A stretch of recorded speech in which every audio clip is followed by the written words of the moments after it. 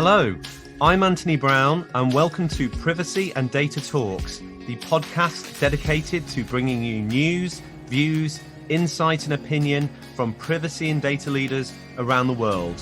Thank you for tuning in. Now, please sit back and enjoy this episode.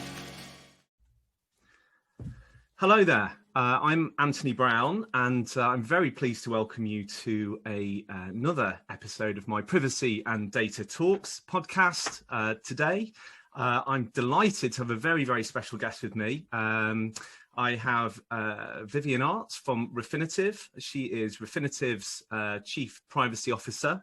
As many of you listening and watching will know, Vivienne's been recognised as a thought leader in privacy in the community for well over a decade. Alongside her role as CPO at Refinitiv, she also somehow manages to cram in being the president of the Women in Banking and Finance since 2017, and is also the treasurer, I should say, on the executive board at the IAPP.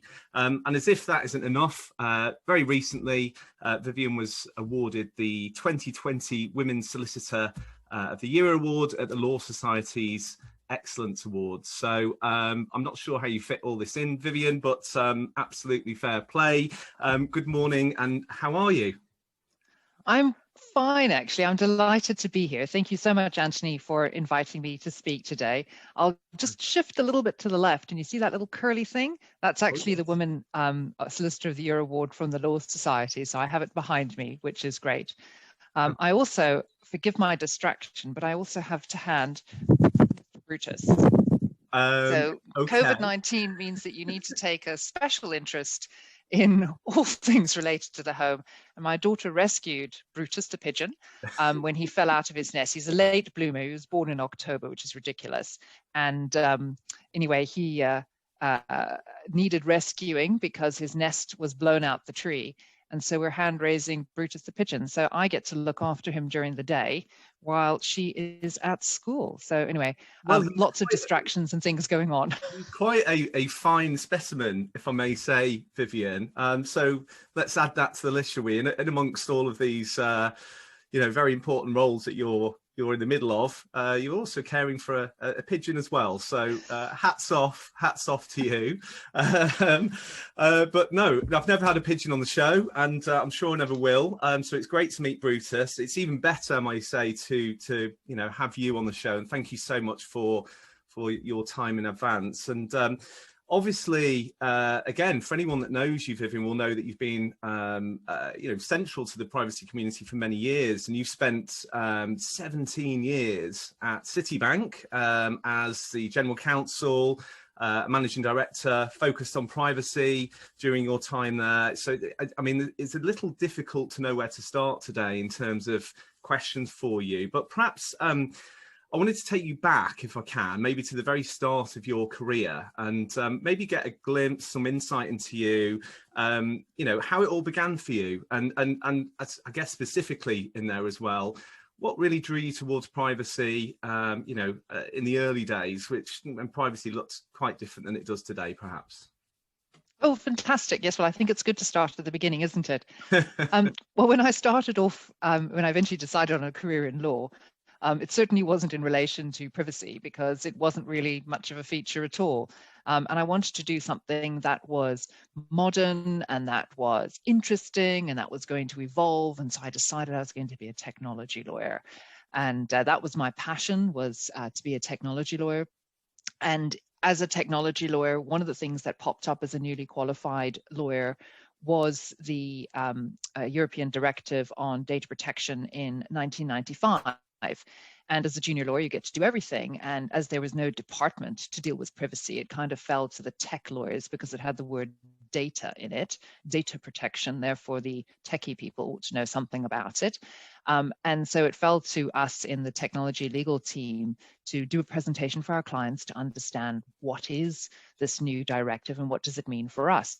Of course, remember that in the UK, we've had data protection since 1984. We had the Data Protection Act, and this was obviously the European directive that really made for an absolute sea change in this area and moved things forward at quite a pace.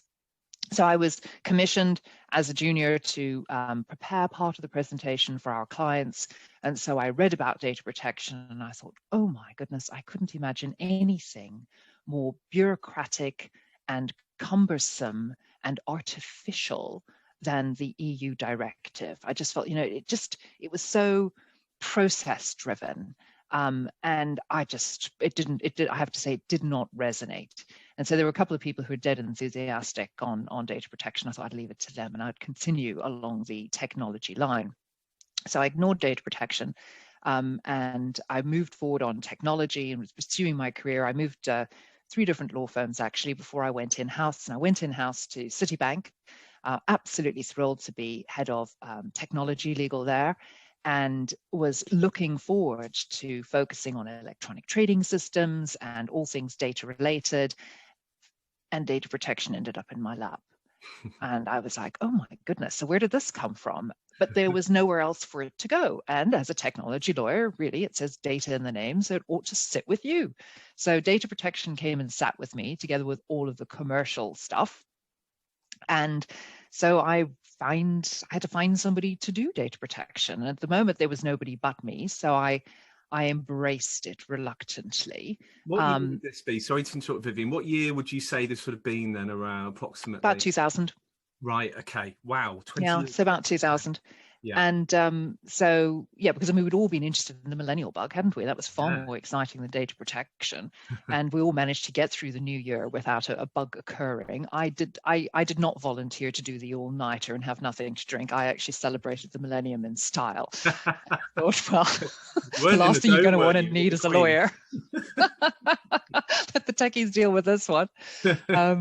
So yes, and then, part of my role was to join all these industry bodies. So I tried to find somebody who would pick up on the privacy side. And then I joined a couple of the industry bodies to represent Citibank. And I joined LIBA, which was the London Investment Banking Association. It's now AFME. And I joined the BBA. And then they are surrounded by all these experts who were looking at data protection, but they were looking at it from a completely different lens. They were looking at data protection from a policy perspective and from an advocacy perspective. And suddenly my interest was piqued. And it wasn't about the compliance and the operationalization. It was actually about, what does this mean? What is the impact for the business? Is this good or bad? And how do we influence change?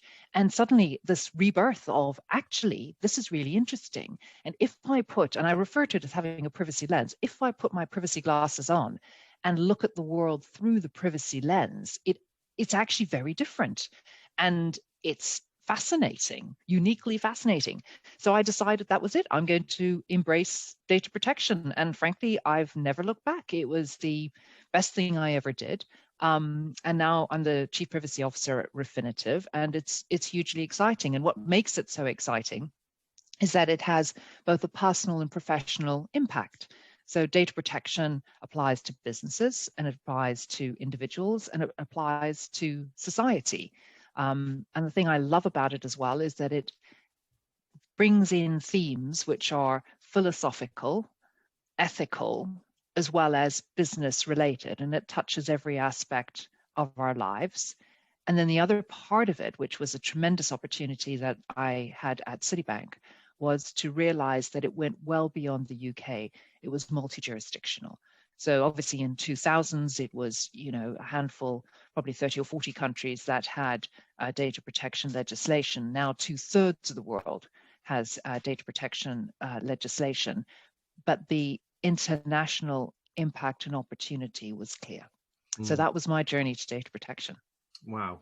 Fantastic. So, and I just wanted to note as well, actually, I know that for as long as I've specialised in this area myself as well, which is quite a few years as well, maybe not as many as you, but I've always recognised you. I think you've been very vocal and have been banging the drum for privacy ethics for many, many years. In some regards, it's quite a new thing for some businesses. Even, the largest businesses in the world have only really sort of started taking it really seriously over the last 2 or 3 years. But you obviously, it's in your core. It's perhaps what piqued your interest at the very outset of your career.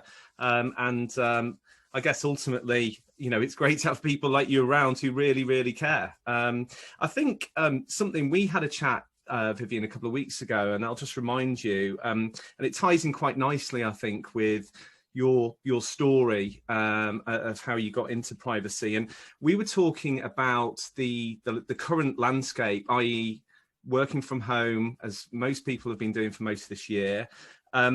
Something that I've become really aware of through my work over the last few weeks and months, from speaking to perhaps the more junior or mid-level privacy pros, it's become quite apparent in many cases that they are missing out on having mentorship, sponsors, that sort of day-to-day ability to really, just go and have a quick coffee with a manager or a quick chat here and there to really get those insights that are really important when someone's cultivating a career. And I do feel for these individuals, and I've been sort of racking my brain about how things will develop in that way. We don't want to lose some really great potential. And so hopefully I'd like to shine a light on this over the course of time. But anyway, my question for you is, at the early parts of your career, were you fortunate enough, do you think, to have some good mentors around you, and how important do you think they are? Well, it's interesting, isn't it? Maybe it's a bit dating in that I didn't actually have any formal mentors in the early part of my career at all, but I think I would have benefited from them enormously. But on reflection, I would say that I had unofficial mentors and people I looked up to.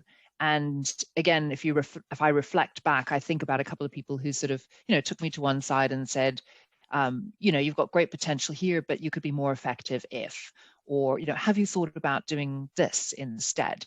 And they weren't official mentors in the way that we now have, setting up a mentoring program where you agree objectives with your mentor and you have a structure around it and so on and so forth. But I did have some unofficial mentors. And I think almost more importantly, is I did have some unofficial sponsors as well. So those were, in the whole, mostly fantastic men who were in the room where I wasn't, particularly at a level or two above me, who could speak up to talk about what I'm doing as being important, about myself as a talent that needed to be nurtured, and who could advocate for not only me as an individual and an employee, but also for the work that I was doing. So hugely important. I think COVID-19 does impose some unique constraints on us. So in some ways, it's quite easy to get onto a Zoom. You don't have to run around to meetings. You don't have to travel. You can connect digitally all the time. It does lead to perhaps a level of ease and communication, and certainly has led to some interesting insights into people's lives. I mean, you can see my study has got red walls. Who would have thought? I can see that you have a fascinating picture behind you. You've changed it today. What happened to the map thing that we saw the other day? Well, actually, this is all the way from Vietnam. Actually, this picture. So when myself and my wife got married, we got married 2 years ago. We've been together actually 15 years this year. So we left it late. We did everything back to front. We've got 2 children, and we went on a long honeymoon during the summer of 2018. And we went to Asia, and we took the children with us, and we wanted to have, took the opportunity to show the kids a different side of the world and, different insights. So where better, we thought, let's go to Asia. So we took them to Thailand and to Vietnam. And this was actually purchased on a boat trip that we went on. And there was loads of them. Anyway, Amelie, my daughter, just fell in love with the monkey. And in fact, we had to go back. We had to go backwards on a boat, which wasn't normal protocol, to go and get the monkey. So he's come a long way. And here he is, sort of listening in, and along with Bruce as the pigeon. So I was going to say, at least you got one that's in picture form that isn't going to chat. But if you can hear the squeaking, I'm afraid that's Brutus. He's got views on what I'm saying. Yeah. But in terms of that connectivity piece, I think it is challenged, but it is essential. And particularly in the fast evolving world of privacy, when you think about why we have privacy laws and where it comes from, being able to leverage the expertise of those who've been doing it for a long time to get that context, to understand why the laws are proposed the way in which they are, why they are different between jurisdictions, is really important. And you can't necessarily get all of that from book learning. But one of the things that I found helped me enormously apart from when you're just buried in your work and you don't get much of a chance to network, is to actually to join the IAPP. Now, granted, I'm a board of directors person on the IAPP, but I have been a faithful supporter of the IAPP since it started. And it is the professional network for privacy people. And it isn't about privacy lawyers. It's about everyone in the privacy community, whether you're compliance, risk, whether you're a vendor, whether you're a customer, whether you're starting out or whether you're very senior. And they hold a number of events, particularly the KnowledgeNet events, where any IAPP member can rock up and network. And those are, of course, now digital as well. So I think it is challenging. So sorry to interrupt. On that note, on the IAPP as well. I mean, back when I decided that I wanted to focus on privacy, you know, from an exec search perspective, I'm really so grateful looking back, because I went to a couple of conferences through the IAPP, and everyone was very welcoming. You got a real sense of community straight away. I think things are really starting to bubble and become very exciting in the privacy world at that point. And and then I've consistently gone to the conferences. Obviously, unfortunately, we couldn't this year, but they are superb. So anyone listening to this who isn't involved with the IAPP, isn't a member, have a chat with your manager, you know, to try and pull some strings, because I'm sure you'll find the community superb, but the insights and the knowledge that you have access to is superb. So sorry to interrupt you there. No, and it was just to say that, again, as a community, do leverage that, particularly in COVID, because there's lots of virtual communities out there as well, and you needn't be alone. And certainly, I think connecting with your peer group, I always find the most valuable thing to do in privacy is actually to talk it out, because it can be very complex and very challenging. And at the moment, we're inundated with guidance, aren't we? So we've just got the new standard contractual clauses, as well as the guidance, 2 different forms of document from the EU on Schrems too. I mean, it's an absolute deluge at the moment, and it's hard work actually working your way through all of that and then distilling what does it mean in practice. And I find actually talking it through with colleagues at other firms and internally is invaluable. And you can sense check, and, you know, more minds together actually do better work. So find some friends and go for it. Absolutely.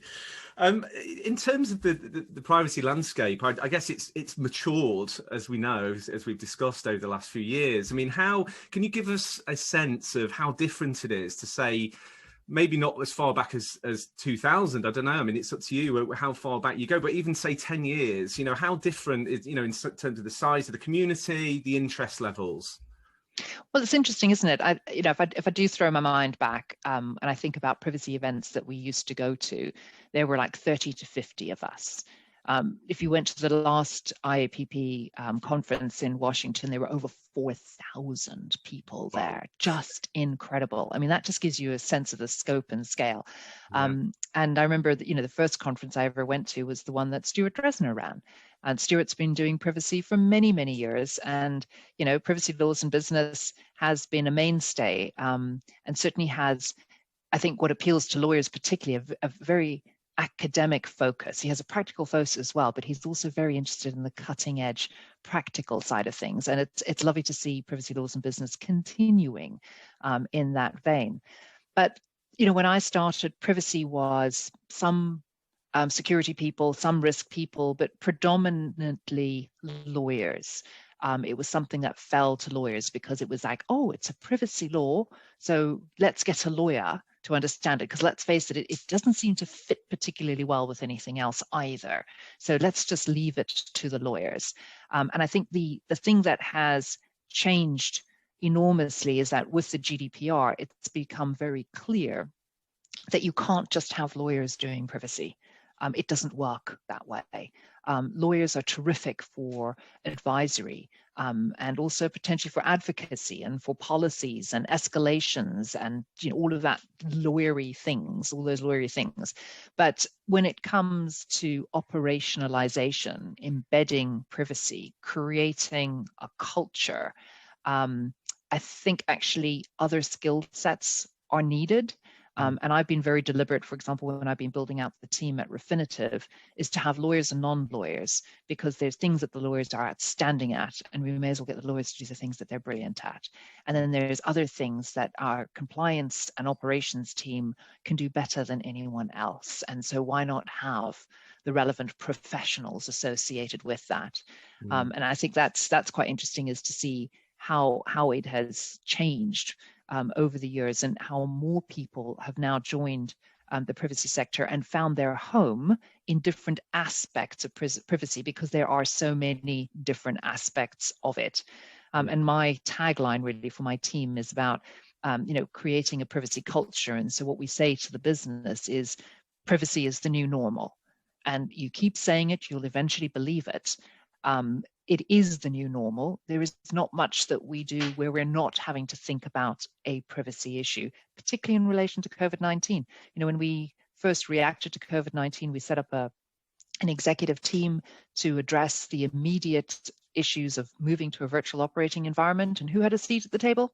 Privacy, straight away, because of the people elements, because of the data element, because of the health element.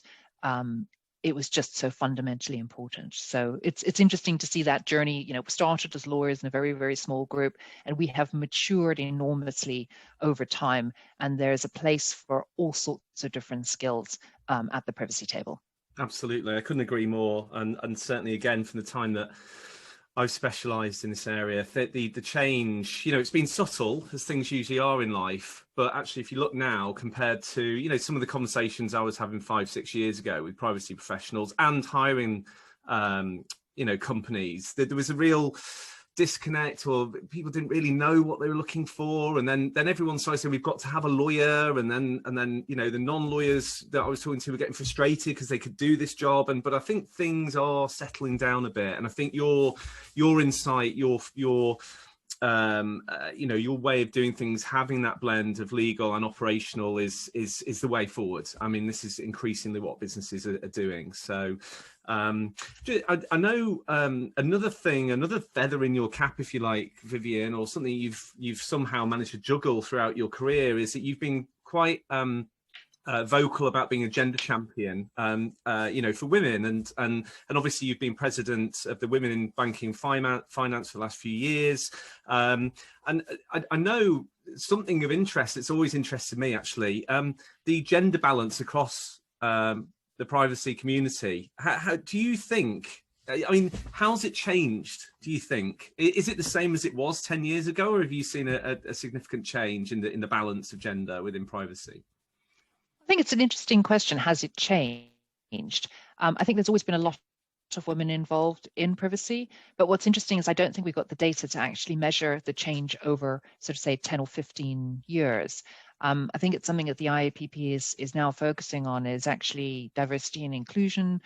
They have a specific work stream on that. In fact, they launched a group, in fact, a number of groups which are affinity related. So gender and BAME and other areas as well, which is quite interesting.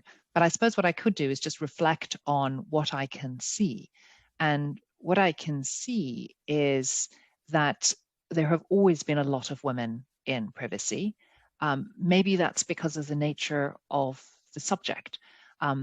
But what we are also seeing is that there doesn't appear to be a reduction in the number of women in senior roles. So Andrea Jelinek, for example, is chair of the European Data Protection Board. We are lucky to have Elizabeth Denham as our UK ICO, and she is regarded internationally as being an incredible thought leader. The previous chair of the Article 29 Working Party, as it was also a woman. In Hong Kong, the new privacy regulator is also a woman. I know privacy regulators in Africa who are women. So it's interesting to see that at the highest level of privacy and in some of the most important roles that shape policy, that is being led by women. But there are equally, obviously, a huge number of men. But there is not an obvious minority of women that I can see, but I do think we need to consciously run the data on this so that we can measure the trends. And if we do see a shift in what appears to be an area where there is real equality of opportunity of the sexes to excel, to make sure that that doesn't change going forward, because I think it's one of the things that defines privacy and makes it so comfortable and such a collegiate environment, shall I say, is that there is such an excellent balance and mix of people, both in terms of gender and age and ethnicity, and other measures as well. So when I look around at the privacy community, it's very diverse, but I would also say it's very inclusive. It's a very welcoming community. And having worked in financial services, so I've straddled different sectors, and they each have their own particular culture. And I have to say, the privacy sector is one where I really enjoy working because the people are great, and I think we've done a tremendous job in terms of preserving that balance, which is so important. Absolutely.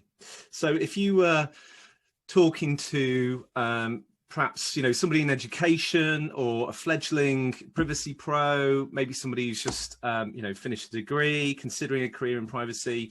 By the way, privacy or privacy, I mix up what I say. I've noticed you like privacy. Some people say private. Where do you stand on that? Well, I think if you're from the UK, you would say privacy. And if you're from the US, you'd say privacy. So I have said privacy for many years because I worked in an American bank. And now that I'm working at Refinitiv, and soon to be part of London Stock Exchange Group, I've suddenly had to change my language to privacy. So I'm glad you could pick me up on that one, actually, because now I'm doing well. I've been trying to practice privacy rather than privacy. Yeah, it's interesting, isn't it? And perhaps because I do, like yourself, I speak to people around the world, and I guess you're sometimes a chameleon. You adapt to who you're speaking to. So yes. It's interesting. So I'm glad I asked you that. I think that's going to be another podcast question for future guests as well to get their take on that. So where were we? So you're talking to somebody who's just starting their career or making the decision, perhaps as a lawyer or non-lawyer. They want to know which route to go down, and they're considering privacy as a career. What would you say to them at the moment about that? I would have to say to go for it. I think it is absolutely the new vista. So if you think back to like 30 years, how many companies had big technology departments? I remember when I was out at work temping when I was at university, there was like 2 or 3 computers. And I remember going downstairs into the basement to actually go and input stuff on the Wang computer, if you can cast your mind so far back. And now one of the biggest departments for many firms is technology. And even if you're an SME, you don't store your stuff on paper, you store it on a laptop, and you probably connect it to the cloud. So everybody is embracing technology. And even if you're doing it DIY, it's a feature of your business. And once your business reaches any size, you've got a technology department. And I do believe that is the way that firms are going to be going in the future. At the moment, large firms have privacy departments or individuals and professionals. And I think that we're going to increasingly see that SMEs need to as well, not just because there's a legal requirement to have a data protection officer, but because we all deal in data to a greater or lesser extent. And actually, we've got to embrace the challenges and opportunities around how we use data responsibly and legally. So I think it sort of goes back to that point, that question you were asking a little bit earlier around use of data. And it's not a question, the ethical piece. The ethical piece isn't about whether you can, it's about whether you should. There's so much that we can do, that there is the ability to do, but actually, should we do it? And that's the ethical question. So what are the requirements? What is your thought process when you're thinking about what should you do? So I think it's a tremendous career move, not least of all because there are so many different aspects of privacy, as we've discussed. You can do the operational side, you can do the policy side, you can do the advocacy side, you can do the legal side, you can do the technical side. There's tremendous growth now in the operationalization of privacy, leveraging tools to do, reporting and tracking and assurance and auditing and engagement and training and so on and so forth. So the opportunities are large. And then the other thing is I love privacy because it's so horizontal. So you can do this in the private sector. You can do this in the public sector. You can do this in large organizations. You can do this in small organizations. You can do this for organizations that sell cigarettes or that, save the rainforest. Whatever, you can do it in financial services, or you can do it in social media. I think there's an opportunity for everybody, and the horizontal impact means that it is exciting and it is evolving all the time. So I think if you're looking for something boring, maybe don't bother. I think people used to think privacy was boring. I don't think it's boring at all. I think you've got to be pretty nimble and agile and inquisitive and open to change. And then I think you find yourself a fantastic career. Absolutely. Well, hopefully there's some of the before mentioned, areas of the population listening to this, and maybe you've just sold them, Vivienne. I mean, I'm sold. So is there any specific tips that you would perhaps give them at this stage as well? A certain route to go down, or certain, knowledge base to tap into, or? I think one of the new frontiers for privacy, it's been tapped into a little bit, but not hugely, is education. In a lot of schools, we do education around cyber or safety online, but I don't think that we've really embraced privacy protections and rights within the educational sector. And I think that that's certainly a new frontier for society to be thinking about how we bring this home and educate people from the earliest stages. A lot of our privacy issues arise because we've not paid attention to the evolution of technology and uses of data and so on and so forth. And, as is often said, the law is catching up with practice and seeking to change practice.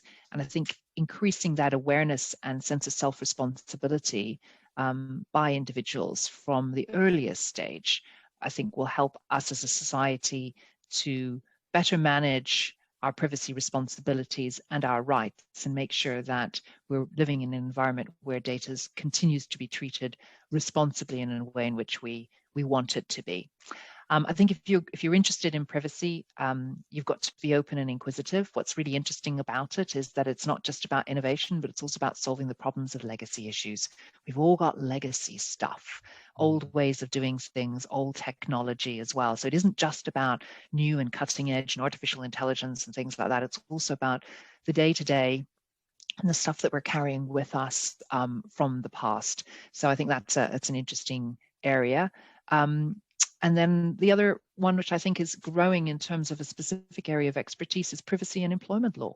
It is quite distinct. So I think there's a whole new branch that's growing in that space.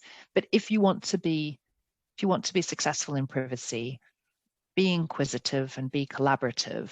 It's a team sport. And I think there's a long way to go on this. There's lots of interesting things to do. Indeed. And obviously, the times we're living through at the moment are just off the scale. As we know, the world's fast forwarded in rapid speed over the last few months, and this has brought about so many new challenges, as we know.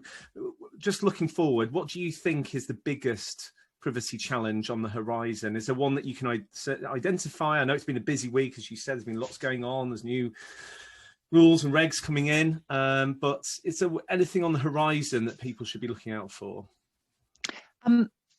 It's interesting. I think it's to do with international transfers. That is the big issue that is testing us at the moment, is how do we continue to protect data when actually it transcends jurisdictional boundaries. So the way in which we think about our law and the way in which we think about privacy is subject to law. And we're always thinking in this sort of geographical box, but actually the way in which data is used and accessed and shared and stored and tends to transcend those boundaries, and how we maintain the protections for data, but still allow business to access it and for it to flow the way it needs to flow in order to be useful. is, I think, the big frontier. And what we're seeing is an increasing amount of localization taking place, a view that data sovereignty is the way we should be going, and we should be holding data, restricting its movement, restricting its access. And I query whether that is the approach we should be taking. And what we should be doing is perhaps better managing the purposes for which data can be used rather than restricting the flow of data. And the purposes piece then speaks to the concerns, doesn't it? The concerns are around misuse of data. So it isn't the fact that data is in various places, it's the fact that the purposes for which it's being used are ones that don't sit well with people. And perhaps that's what we should be looking toward. But in the global world in which we live, it's going to be data transfers, and exacerbated by the virtual operating environment in which we now exist, because the data isn't in the office, is it? The data is accessible by all of us at home, and it's amazing how many people have now chosen to move to different places and operate in an even more remote manner. And so data security is an issue, data confidentiality is also an issue. So it's all about the movement of data, in my view. Okay, excellent. Thank you, Vivienne. And finally, I think regular listeners will know I always end pretty much with this question. It's a bit of an insight and a bit of fun. But what do you enjoy most about being a Chief Privacy Officer? What makes you leap out of bed and say, right, I'm going to go and have another day of this? I think what really inspires me and what I really love about it is I have the ability to make a real difference for the customers of the firm where I work, but also for society. So what we do, even at the firm, impacts society, and to be able to have the opportunity to change the world or to be part of that change in the world in which we live is a responsibility, but it's utterly invigorating as well. So, for example, the UK is currently consulting on the national data strategy. Well, a huge piece of that is around privacy. So to have the opportunity to contribute your thoughts and experience to how the UK is going to shape its strategy going forward is so exciting. The EU has been undergoing a similar exercise as well. So I think one of the fascinating things about privacy and why I love it is because, as I said, it's horizontal. It touches every aspect of our lives, both personal and professional. And to have the ability to work in and to influence and to make a difference in that, what could be more exciting? I'm doing something that is purpose-driven and that is meaningful. So that's why I enjoy being a CPO, is because it's not just about what we do in our firm, it's what we do as our place in the world. Absolutely, and what more could you want? I guess feeling that you're making a positive impact and involved at the centre of change all the time. You've certainly come a long way since those early privacy days, Vivienne. And I just want to thank you so much for a fascinating talk today. I hope our listeners and viewers really take some real insight away with them. I'm sure they will. So thank you, listeners, viewers. If you've enjoyed this episode, please share, comment, like, subscribe. But Vivienne, thank you so much again. Have a wonderful day, and we will speak very soon. Thank you so much. Thank you very much for inviting me. Thank you, everyone. Bye-bye. Cheers. Bye-bye.